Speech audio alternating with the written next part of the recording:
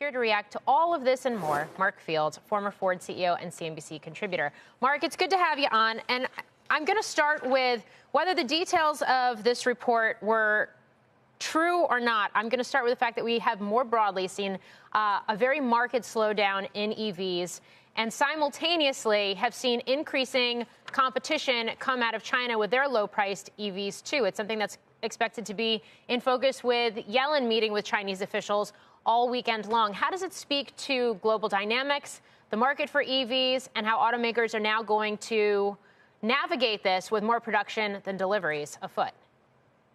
Well, they're great questions, Morgan. I'll address the last one, how the OEMs are addressing this. I would just put it this way. Literally every global automaker is hedging their bets right now on the timeline for adoption of EVs. That's why you've seen, many automakers, the latest Ford, where they're pushing out capacity that they announced. They're pushing out product timelines. Ford announced that they're going to have hybrids across all their ICE engines, which I think is a very smart move because consumers are much more willing to buy hybrids. And I think Ford had a record quarter last quarter in hybrid sales. I think what this says about the overall EV market, the bottom line is right now around the globe, no matter where you are, the growth of EVs is slowing. Now, it's still growing, but the issue is not at the timeline that a lot of the automakers expected. And so, you're seeing a lot of price competition in China, which is a big problem, obviously, for Tesla, since that's one of their biggest markets. You're seeing here in the U.S., the EV industry is acting a lot like the industry of old, right? You got price cuts, you got rising inventory, you got increased incentives.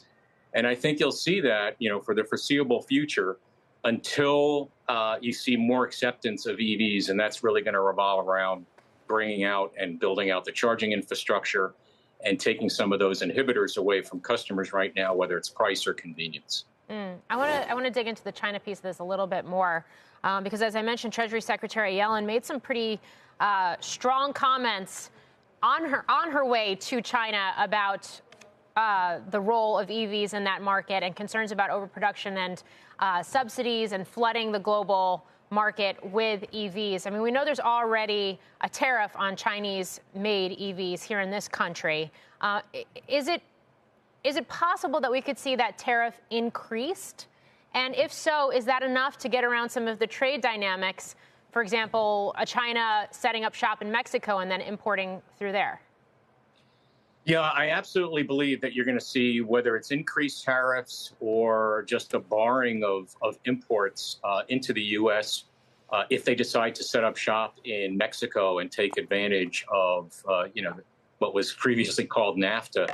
I think you'll see the U.S. government take some pretty good and strong actions there. Because listen, Morgan, I mean, we've seen this movie before from the Chinese, right? We've seen it in solar cells. We've seen this in aluminum. We've seen this in steel, where the government over the past 10 to 15 years has put a lot of incentives for manufacturers in China to develop products and also put capacity in.